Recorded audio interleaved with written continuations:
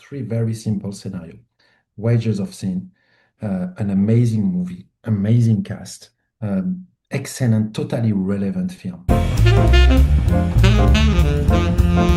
Sir Alex, how are you? It's been a minute. Thank you for having me. And Absolutely. I love the podcast. Thank you so much. My name is Alex Cohen, and I'm the founder of Synchronized, which is a US distributor.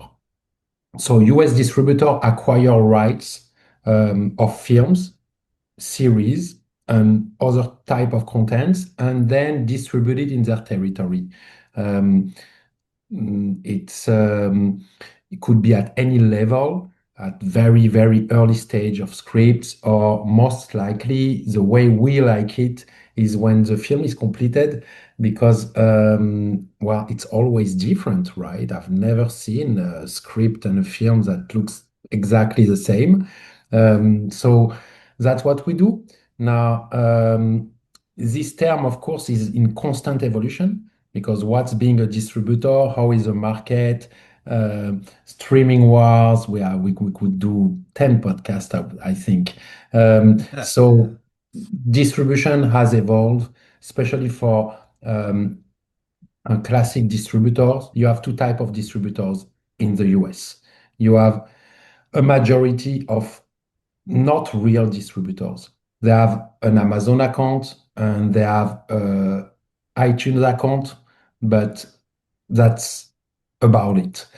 Some of them have a couple of AVOD accounts, like maybe that would be great for them to have Tubi, but for all the rest, they will come to classic distributors, which we are no more than 10, I would say, in the US, and ask us to, talk to Netflix and pitch this to Hulu, and how do you go to Paramount Plus? And so that's the first aspect. We acquire films to make sure that they go and they get their potential maximized, whether it's going to be a one shot with a streamer or it's a theatrical or taking much more time than going through windows and waiting 60 days between rent and buy, stream it, get it for free, or so on.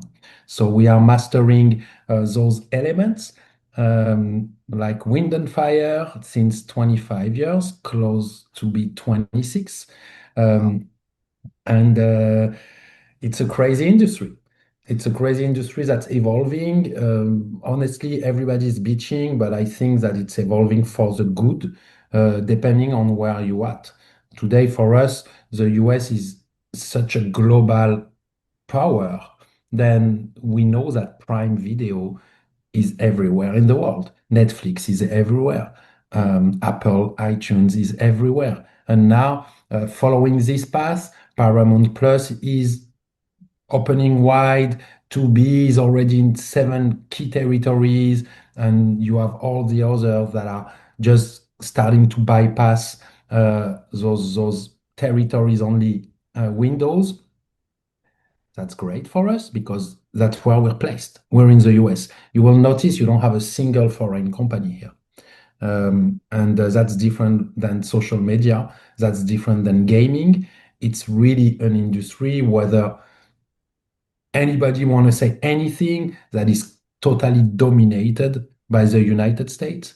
Um, Hmm. and that's when it comes to distributing content, making sure that the content we want arrive in front of the type of eyes that are in as much areas as possible.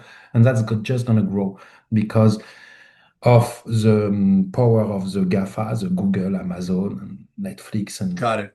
Facebook, but on top of it, with one key element from AI, which we could also talk. There's no subject that I would avoid here, which will is going to be the dubbing, the AI dubbing, which is not ready yet. No one has mastered it, but it's coming extremely fast. It's going to be a great tool in having producers and distributors by the extent making much more money Hmm. because it's very rare to have a film that's really seen and accessible all around the world. And you have Got it. countries that would accept subtitles, but then you have countries like France that doesn't let a single movie in English subtitled. They have to dub everything. It's in their culture. So what do you do when you don't get there? That's a game changer.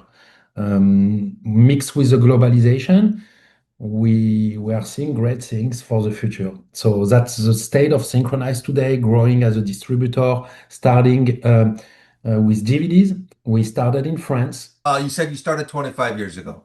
What made you want to start a distribution company? I evolved into a distributor. What really interested me was the DVD. And the DVD just arrived. It was a great, as you know, it's still seen as the ultimate movie collector item. And I wanted to be my own boss after great years learning with an amazing mentor. So I decided to open a company that would be a one-stop, a wholesaler between distributors and stores.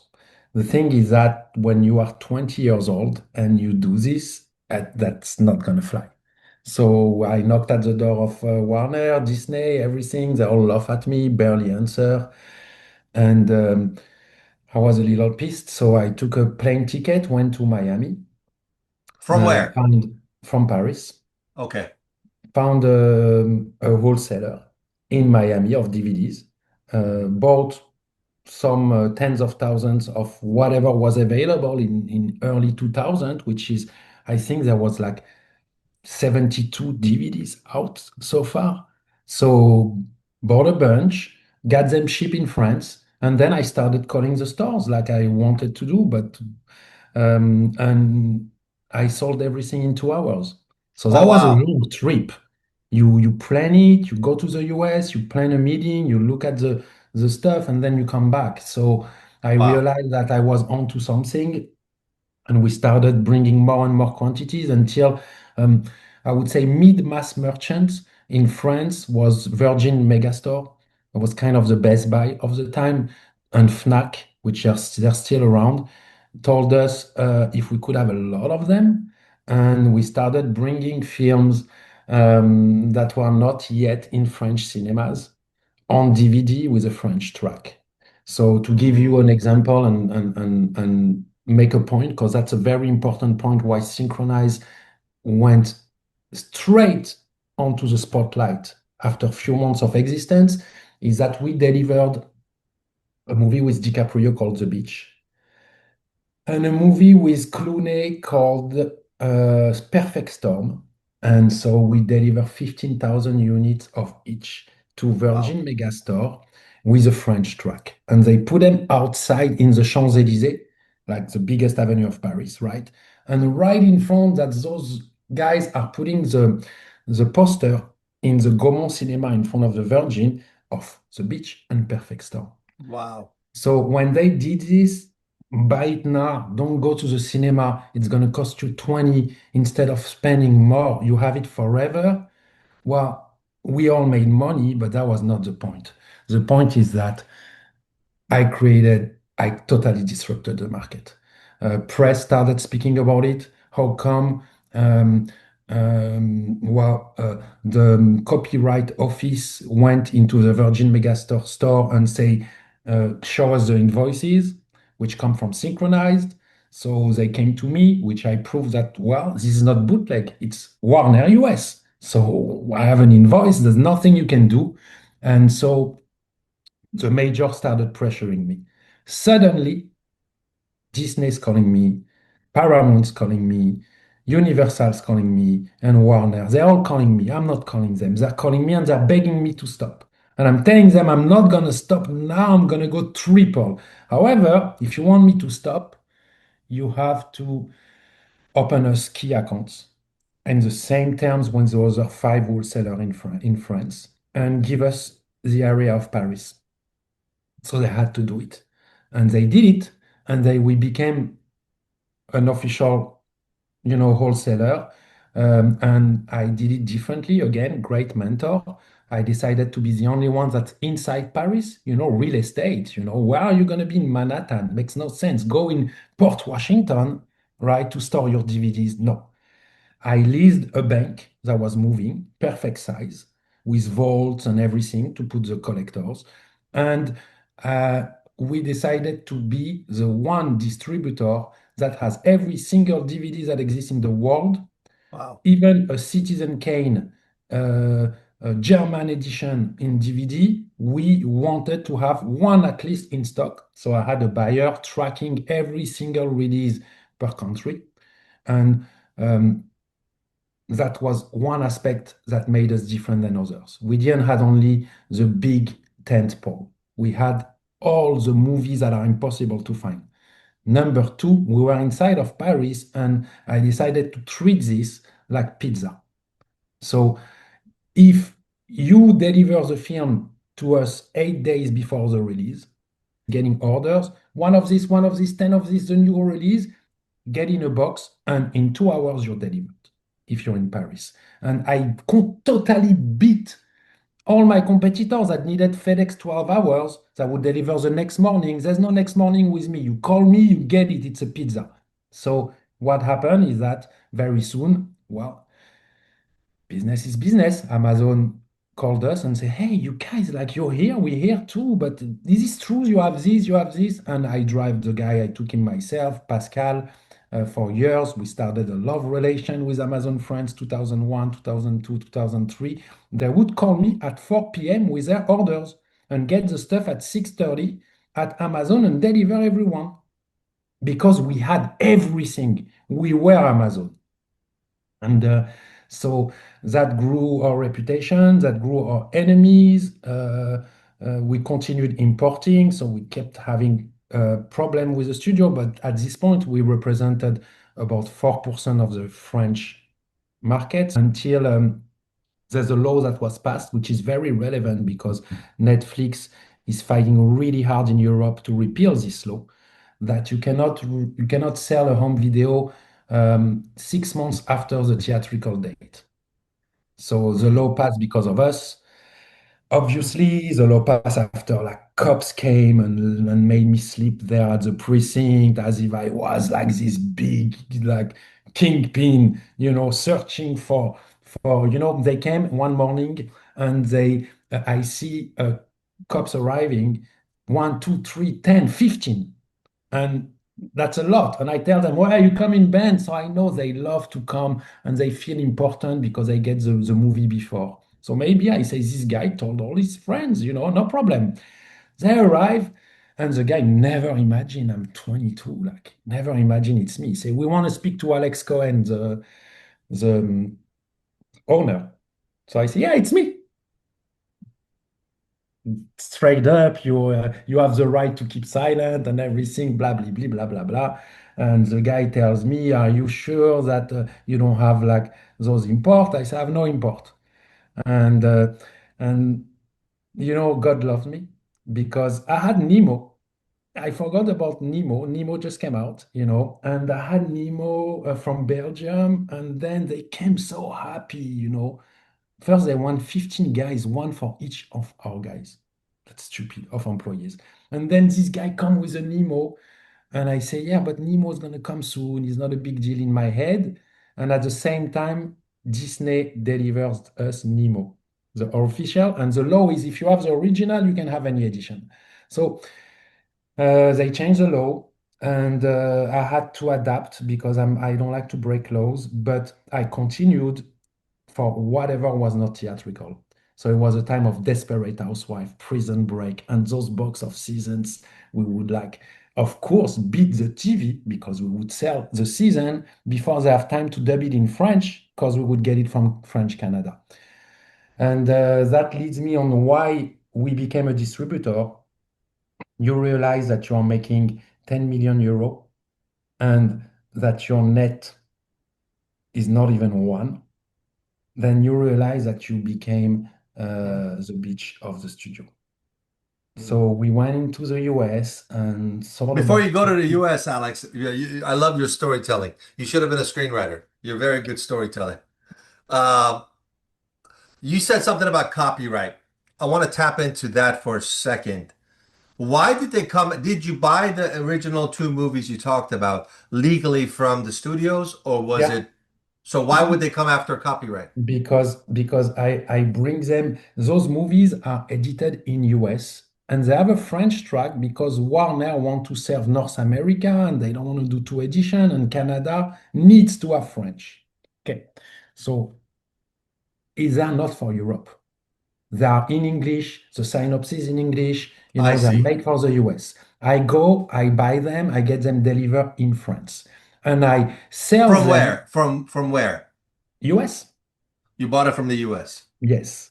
And I sell them to stores that would propose them to their customer before the film is even out in cinema In France.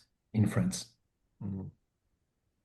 Because let's say a perfect storm with Clooney. So Warner US is releasing the film. They want to make sure that they have at least 6 month gap towards the rest of the world. It's called a holdback. We still Yeah. do it. It's in every of my contract. US Yeah. has a holdback. Yeah. So Yeah. Warner gives a holdback to Warner France. And after those 6 months, Warner France dubs it in French with their own Mm. dubbing and start their strategy and place it in their lineup.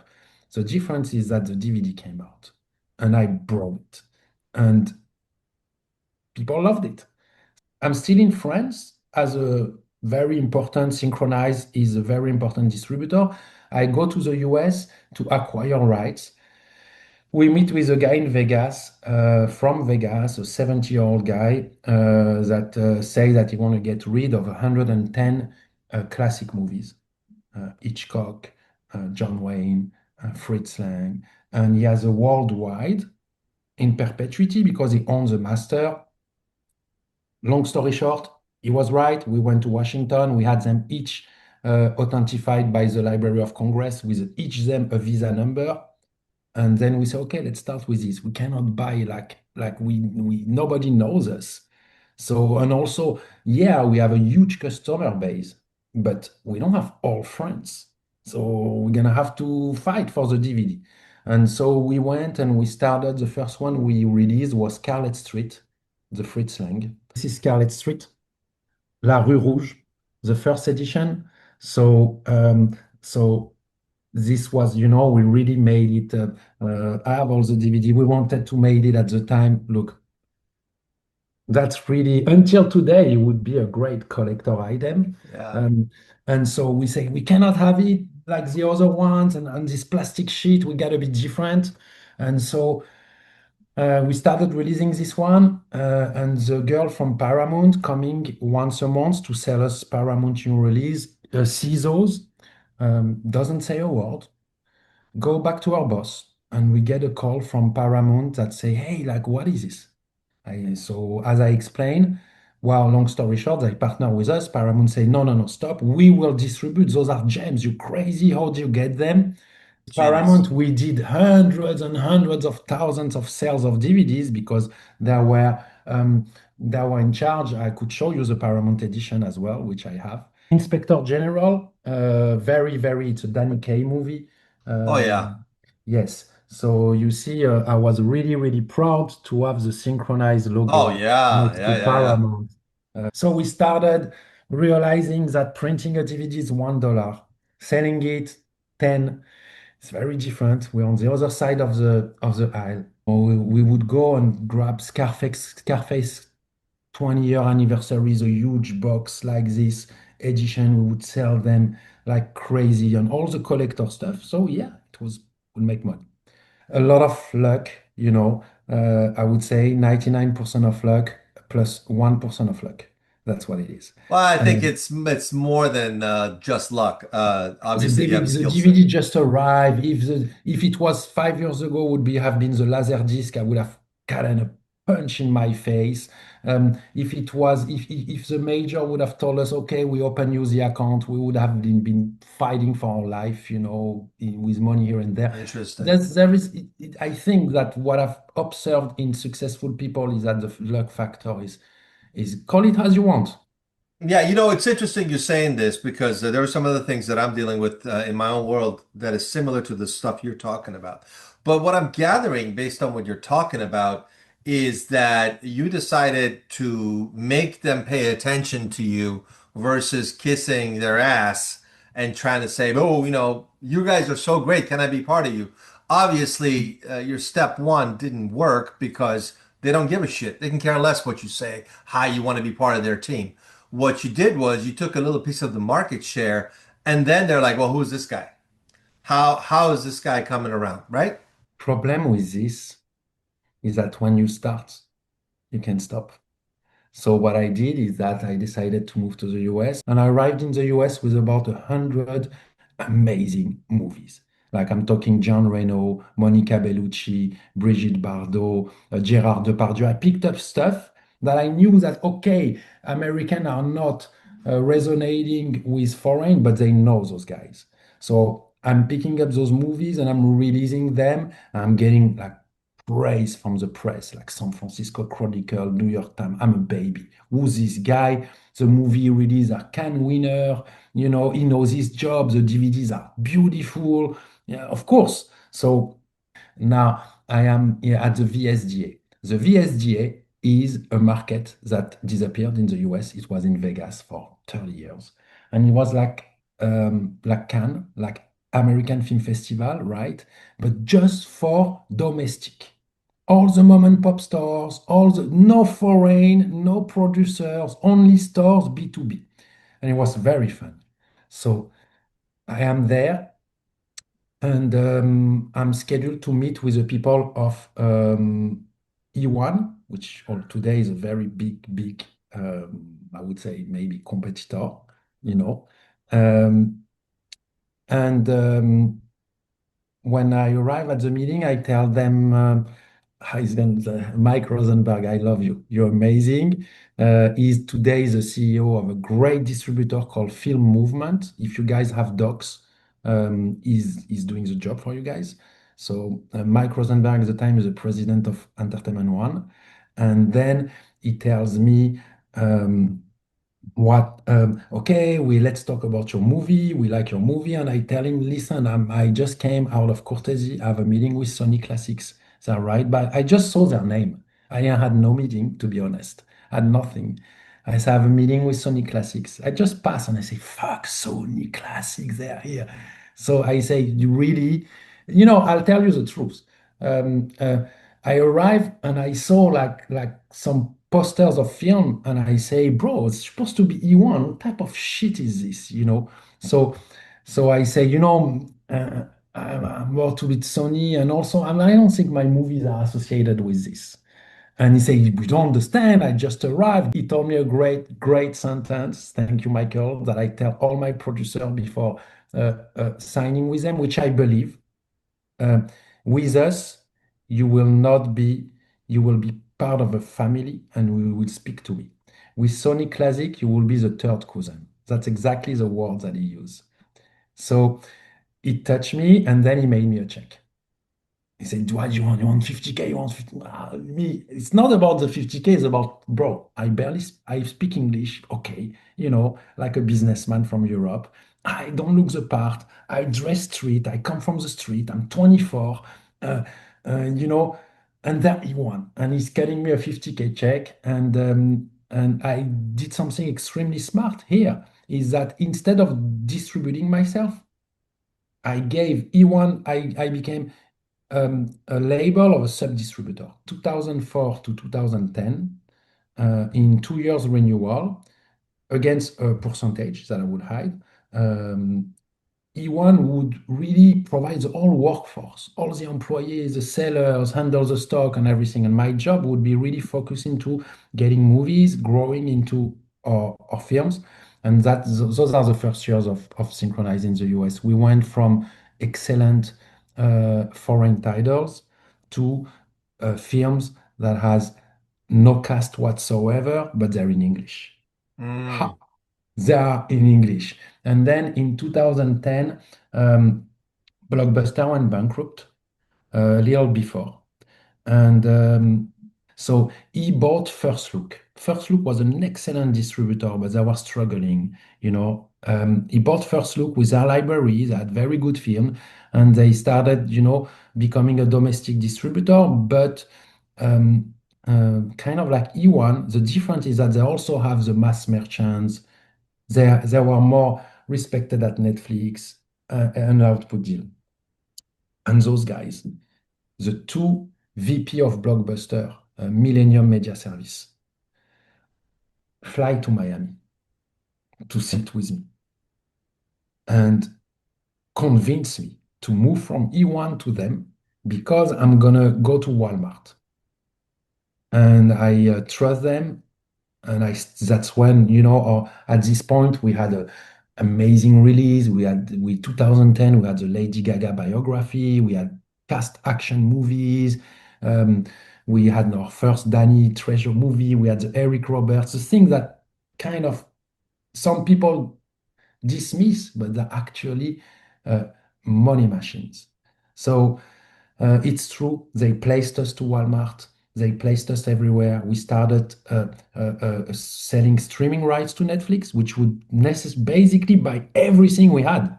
And Netflix bought the right of a movie called A Viking Saga, Son of Thor, which basically the movie in it, there's a Viking fight, and then in the back there's a plane fucking passing. Right. So so so that's where they were at this point. Okay. So yeah. And it was not like today that you can erase those stuff in post and everything. When you get the beta cam, it's a huge master like this. Like I there's nothing saw you can I do. saw a movie. It was an old movie. I don't know what country it's from, but there was like these cowboys. The guy had a Seiko watch. Same concept. There's nothing you can do. There's nothing you can do. So, but Netflix bought the streaming rights. They put it in front and everything because they had nothing, you know. Yeah, yeah. So we kept evolving. Like Blockbuster going bankrupt was a massive hit in our face because they just ordered like a lot of stuff. And Millennium sold to some idiot hedge fund from New York called Alchemy that thought that they would be so smart that they went bankrupt with like $2 million of synchronized money.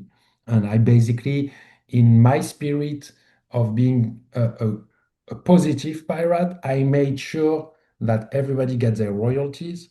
To be honest with you, I sold my house on the beach to make sure that Synchronized could sustain and continue because the model I was growing was everything. You are in a time where for me, it's take me a second to move to a real estate. I'm in Miami. I did everything I had to for it. Press, becoming a member of the academy. My lawyer told me you have everything, but you are not in one very big organization. So I say, okay, I'm Jewish. Does it count? No, it doesn't count. So I say, okay, so you have to do something. So I emailed the academy. And I told them, you guys are old and you're grumpy and you don't have distributors and you have only producers that live on a cloud. Like this, I still have the email. They answer me 2 hours after, and they say, well, even if I said yes, in order to become a member, you need two sponsors. So here's my boss name. She said you can put her as a second.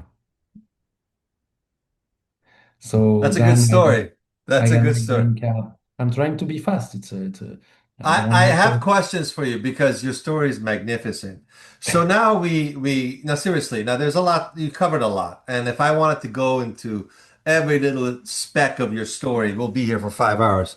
So um cut forward to DVDs out, no more DVD, that's over. And the new platforms that are happening and up to today, what's happening for filmmakers. And I also want to talk about the filmmaker's perspective because we haven't even touched on that, but I want to hear what you have to say about the new changes and then go from there. Yeah, of course. I mean, I'm trying to focus on distribution. In 2008, we started producing. That would be maybe for another time. I'm bypassing this completely. The it was tough, man. It was really, really until COVID, it was really tough. The DVD market kind of stayed alive by default. We had no choice, even though we knew we were getting raped because Walmart is going to force you printing 30,000 units. They're going to sell 4,000. They're going to bill you for the rest and you run after this. But there's no choice in order to stay relevant. It was tough because Netflix didn't play the game. You know, I love them. They're literally the buyers are friends. You know, so and I like the company, but there's a reality. They totally shifted from independence as soon as the major, you know, opened their door, and now that they won the streaming war by very far, there's no opponent at all unless Google wakes up and decide to. Well, we would expect that they go back to us and work on more title, which they are. I'm not gonna lie. We have a great relation, and I don't know if it's the same for my competitor, but we get feedback. Why, you know, this film we cannot take it because of this, and right now we're doing that. We get extremely respected by the streamers in general. You know, not only Netflix but Prime original. And HBO, Warner Brothers Discovery, and Paramount and Peacock. And also they have output deals. We have to fight against output deals. And it's normal that the majors they are releasing like Fast and Furious and stuff. Of course, if I'm Netflix, I'm giving them output deal as well. And if I'm Netflix, I'm not necessarily acquiring the content from independent distributors, not because it's bad. The movies are good. If not, I would not even send them for consideration. Why? You send it to death. You know, they're not gonna answer. Those are good movies, but they have a hugely full lineup. So we have to go with this. Right now, it works for them. It's not gonna, I don't think it's gonna be like this forever. I know we shifted a little bit about the topic, but it's a very important topic that worries a lot of filmmakers. I don't think it's gonna be like this forever. Netflix, Prime, and I'm taking out Paramount and HBO because you know what? Paramount and HBO, in essence, have been studios. Don't let's not forget that. The streaming platform is a tool of them, but they are studios. So let's take Prime and Netflix. Yes, everybody's bitching that it's tough to get a film or a series acquired by them when it's finished. When it's not, it's easier. But the thing is that they're funding the stuff, so they keep the IP. And this is the point. I think that it's important for them to catch up in terms of IP ownership to the major. And I'm sure that when they will start, you know, Mm. shifting and they will acquire more. Do you see what I mean? Yeah, Right yeah, yeah. now, they're so young at the end of the day. So I think that answers a little bit of my views. You Um, know, there's I okay, so like from a perspective of a filmmaker, I see films on Netflix and they have their rating system, ranked number one. Well, I've heard that you can put that in your contract once they pick you up, where, you have to have our film ranking number top 10 for, 2 weeks. That's part of the deal. And then that's what I heard. And then next thing you know, I'm watching, oh, okay, this movie is ranked number three. Let me watch it. Click. It is so bad. The movie is so bad. Like, what's going on here? Why is this ranked number three? So there's manipulation going on. It's really not the best movie. It's marketing is what it is. And then you ask yourself, if these guys are buying these, not the best movies made, and they're, ranking them for whatever business reason that you're talking about. Obviously, there's a million ways why this movie is with them for whatever reason. And then you have a movie like I'm going to bring it in, Wages of Sin. It was just a great movie, well made, great message, won awards, and we're having a challenging time getting into Netflix. Why is that? it's all about the IP. They own their IP. So there is let's talk about three very simple scenarios. Wages of Sin, an amazing movie, amazing cast, excellent, totally relevant film, right? So you have this film that is completed, that is being proposed to Netflix. or other streamers. If Netflix was tougher than the others, I would only say Netflix, but they all have kind of the same policy and rating system, which is number one for you as completed films being acquired by Netflix, it's extremely difficult, possible, but very difficult. Netflix and Prime, and I'm not even counting Apple because they are really posh and so on. Scenario number one. Scenario number two, Netflix puts the money. You approach Netflix with Wages of Sin as a script, and they say, how much do you need? They give you the negative pickup. Again, a streamer. Let's not say Netflix, a streamer. They give you the negative pickup, but at the end of the day, they own the underlying copyright in perpetuity. Yeah, it's your film, you roll it, blah, blah, blah, blah, blah, all of this bullshit. They own and it's a title that they know that they will be able to exploit always. They will not have to give back royalties and they will not have to renew. And if someone comes to buy Netflix today, um, today someone could buy Warner Brothers Discovery. Do you know what you're buying? You're buying the Batmans, you're buying DC, you're buying HBO. It's amazing. It's you're buying Matrix. You know, I don't understand how a company like this is for sale. It's a crown jewel. But if they didn't have those IPs, if they made a policy in acquiring wages of sin, they would be dead in the water. So Netflix is afraid of that, or a streamer would be afraid of that, and so will favorize giving you negative pickup in order to own the IP.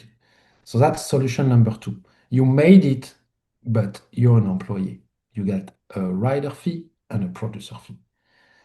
Um, then solution number three is that you have an output deal with Netflix or with Amazon or with a streamer. Maybe it's an output deal with a streamer because you're friends and you got super well along in a Hollywood party and you decided to give 5 movies to this guy. Maybe it's because you want it so bad, and that's very, very likely. I'm not going to name names, right? I want this producer. He's been killing it. Yeah, okay, I'm coming from CBS, I'm coming from ABC, which have been doing series for 20 years that kills it, but I'm gonna do your series, but I gotta do my passion project, which sucks um, uh, at the same time. So then what's happening? I don't know about the rating system and this contract. I don't believe it's true. I believe Netflix has too much power to have anybody tell them that they have to be in the first or in the two or something. I don't know. Maybe it's true, but at least from the movies that we dealt with Netflix, like this was not an option, even by paying. And so if you have a 5 pictures output deal with Netflix or 5 series deal with Netflix because they really wanted you, they know they screwed because you can deliver any type of shit that you I want. see. And That's where the contract comes in. Yeah. Got it. there's nothing Okay. they can do. Everything changing in the industry from the changes in the international pre-buys, the pre-sales, and how do you see what has happened? Because obviously, all of a sudden during the two strikes, it was almost impossible to get pre-sales done. A lot of uh, sales companies, some of them closed, some of them backtracked and said, no, no, no, we're not going to pre-sell this. They couldn't sell a certain name. The values of the actors dropped. So, what's the information base on something that you know from your end?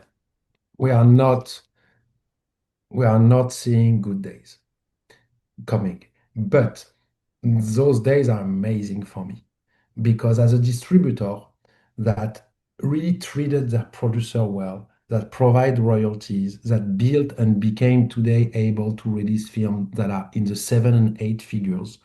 Um, when you see a consolidated market, when you see them disappearing one by one because there's no outlet, I'm kind of happy because that means there's always going to be a need for movie. And you have newcomers that are coming, like the AVOD players, to be saved the day. You know, you asked me a question that I didn't answer fully. After the DVD, we had very, very tough years until COVID. And COVID was a rise of Tubi. And Tubi during COVID just like got introduced to everybody. And saved a lot of independent filmmakers by providing top dollars on their commercials. And today you have other people that are doing it, but Tubi has more audience than all of the streamers except Netflix and Oh, wow. YouTube, obviously. So Wow. that's a lot. So that's a model that came and that's developing, How and old is that model? such an amazing question. Like you don't realize the circle of stupidity. You know what? I'm watching a movie in my house with a commercial, and I'm so annoyed that I'm gonna go buy a DVD. And DVD is a revolution. I can watch the film, and then we arrive. Then that's the new amazing model is AVOD, but what? It's TV, bro. It's TV. You're sitting and you're watching commercial. Yeah, you don't pay like you used to not pay your cable TV channels. So it's people say it's a new model because AVOD has not yet reached UK fully, France. No, it's only in the US. Really, the real being able to sustain, do six figures on a movie, possibly seven figures with AVOD only, it's only in the US. So it's gonna roll out in the rest of the world. But we went from TV with commercials to DVD with no commercial, with subscription on demand that I can binge all season in one shot, to back to commercials. Commercials Interesting. always make it somehow. Interesting. And this is a couple of years old then. It's more than that's about it, right? COVID. No, it existed before, but I would say in COVID, obviously, people were Okay, 4 home. We years. started seeing our spike numbers on AVOD and on Tubi. Got it. Yeah, Alex, I love our conversation. I've asked other just sales companies to come on and talk to me, individuals that I know in the business, and they haven't even considered it's it. tough for sales agents because sales agents have a very bad position. They are between producers and us distributors, and they have to Yes, attend both sides.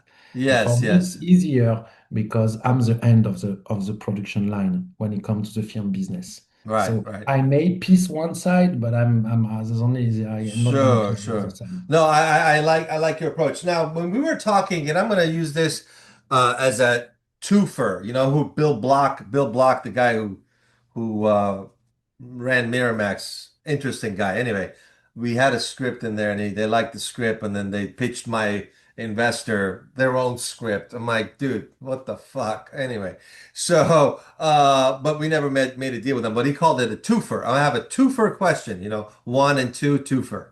So the first question is obviously my team at with the Wages of Sin is dying to know, and they're gonna watch this and they're gonna say, "Oh, okay, this is good information." And then the second thing, the second twofer is that for filmmakers out there that are kind of stuck in the situation that we're in, and I don't know if it's stuck because there's a lot of social media stuff happening as well, but it's not traditional filmmaking really.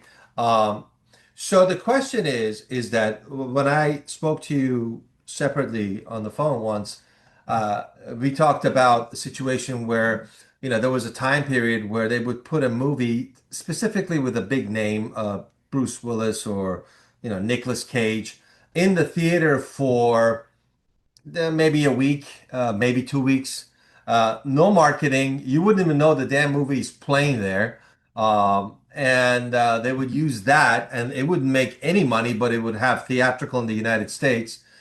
And it hurts the film itself because the producers look like they didn't make any money whatsoever. It looks like the film didn't make any money. So it doesn't help the director. It doesn't help the writer. It doesn't help the producers. It only helps the model of whatever the distributor is doing for themselves. They can care less. So that was an idea that what they did on theatrical perspective. And then they would roll it out to streaming, right? Buy the movie for $10. $15 for, I don't know, a couple of months, 3 months, and then bring it down to $5. And then it goes into HBO, blah, blah, blah, blah, etc. And then obviously, whatever the time period of the licensing is, it's going to keep reselling and, going from place to place to place. Now, I'm just going to use Wages of Sin as an example. Well, we came to you and we wanted to make the deal with you. We go to Prime, we push it, obviously, with whatever marketing is there. And then you go into Tubi. So, can you explain the two models side by side? So the first model that you describe is called day and date, meaning that it comes in cinema day and at the same time date. And that was the only way we could think about as distributors to save our industry because DVD was a poor performance maker. And if you do not sell to an SVOD, a first window, you mentioned your road, right? In your road, it ended by a Netflix or an HBO. How about if Netflix and HBO doesn't take one of the 7,000 features that are made by year in the US, right? They don't have the bandwidth. You are going to have 80% that are going to be left aside. So, or making bad deals with bad sales agents and bad distributors where they never ever see a dollar. So, this day and date, um, it's very in demand for producers and directors because they want to have their name on the big screen once in their life. They want it. It's so important.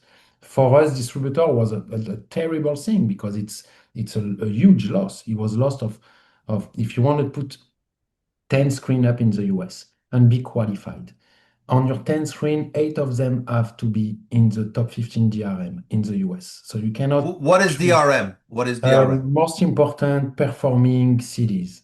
You cannot pick up like some small city in the US in order to pay less.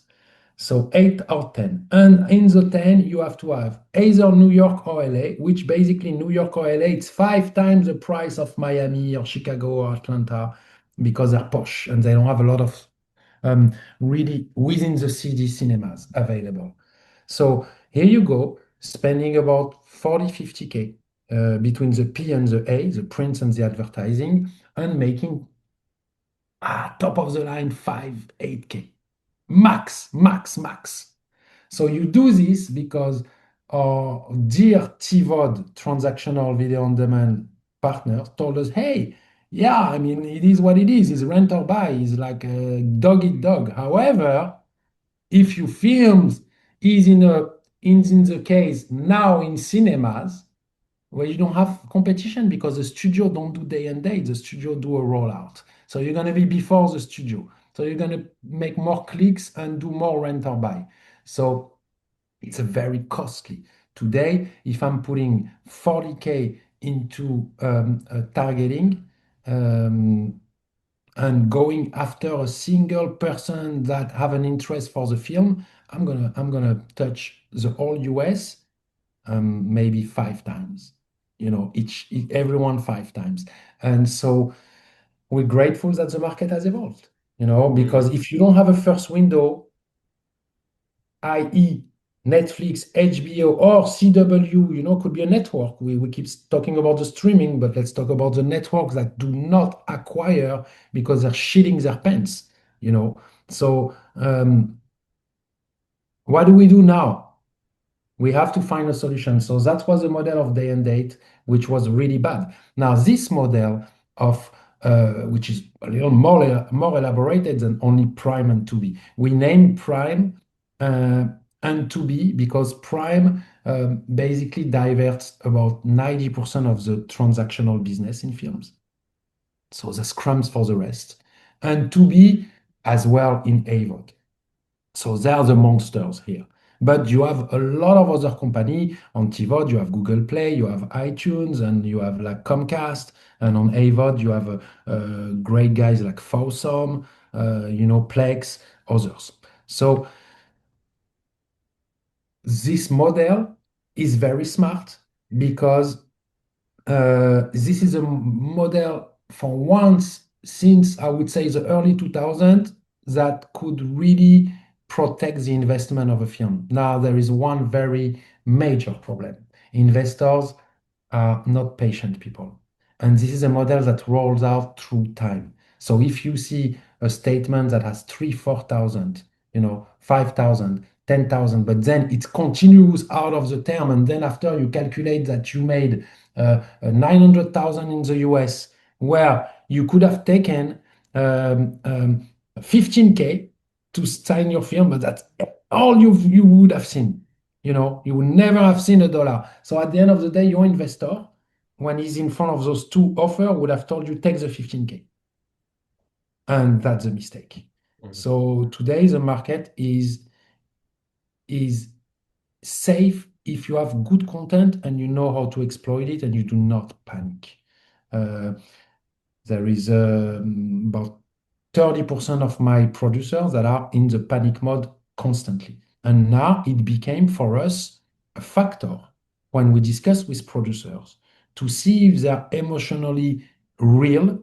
And we have passed not as later as yesterday on very good movies that have really great potential. And we talked about why these companies pass, and we got into the details of why these companies. I got to tell you, this information is like, you're a distributor, and I'm a filmmaker, and this is like prime information that they should pay for to see this. Actually, it's really important. No What we're distributor talking. ever speak.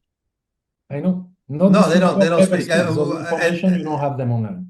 so when filmmakers, they make a movie, right? They spend $1 million to make the movie, $2 million, whatever it is that they make to do it, but they have no money for marketing.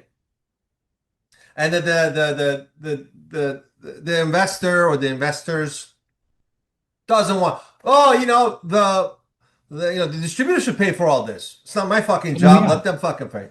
And we are. No, no, no. I know. So my question to you is, like, when a studio makes a movie for $20 million, $30 million, even more, they put a couple $1 million behind marketing. I mean, they don't just say, here's $1,000. Good luck. Let's see what happens to this DiCaprio movie. It's not happening. They're putting some serious money behind it. So when filmmakers make the movie, and it is a good movie, right? And then there's this challenge for marketing this. How do you, as a distributor, generally speaking, go about that? How do you analyze the situation? So I'm going to try to make this short, but I have to give you this example because there's always a route.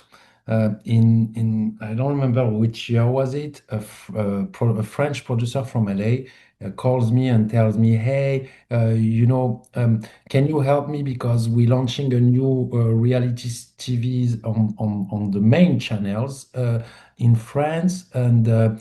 We need some people that have connection with talents in the US. We need names and everything. And but Kim Kardashian, we got her Snoop Dogg and stuff like that. And also you have a bunch of actors, and I want you to kind of mentor them.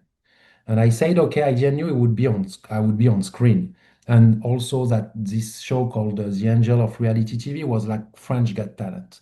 So when we got into it, there's one thing that came up is that my Twitter, it was really early, it was the beginning of Twitter. My Twitter got 300,000 followers.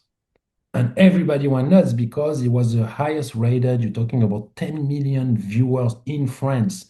Yeah, prime time with Kim Kardashian, Pamela Anderson. And I'm talking not now, I'm talking you can't have Kim Kardashian now. She's too expensive.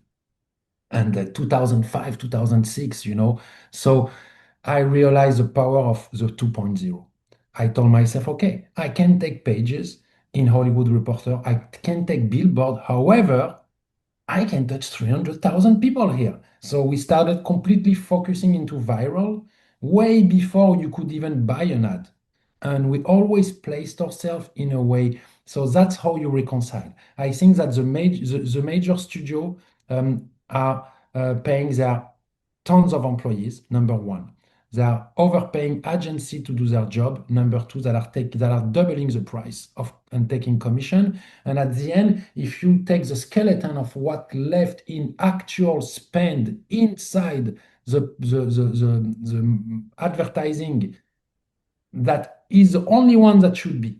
I'm taking out reviews, I'm taking out website, and no one give a shit about it. What I want is that when I'm looking at my stories, I'm going to the next story and I see wages of sin and I say, ah, and I click. That's what I want. The rest is just like reason to spend money.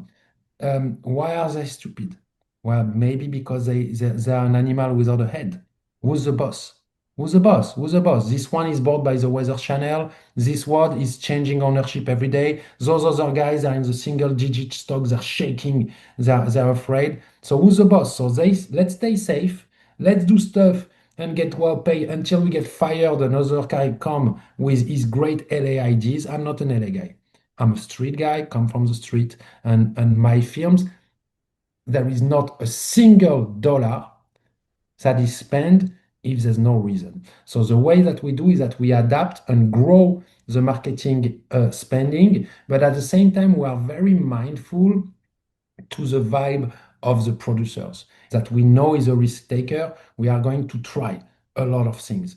So there's a lot of factors, and we know that when a film push or when a film does exceptionally bad, that's when we are pushing. It's really listen. This sentence that Michael Rosenberg told me about the third cousin really defined me. I would say in a way because it's you have to be a surgeon. You have to not look at it like a movie, look at it as someone that talks to you and gives you a message. And how can you be the messenger for this? Mm. Alex, I had a really good time talking to you on this podcast. I want to thank you for coming on board. I really appreciate your time. It's my pleasure. Thank you for having me.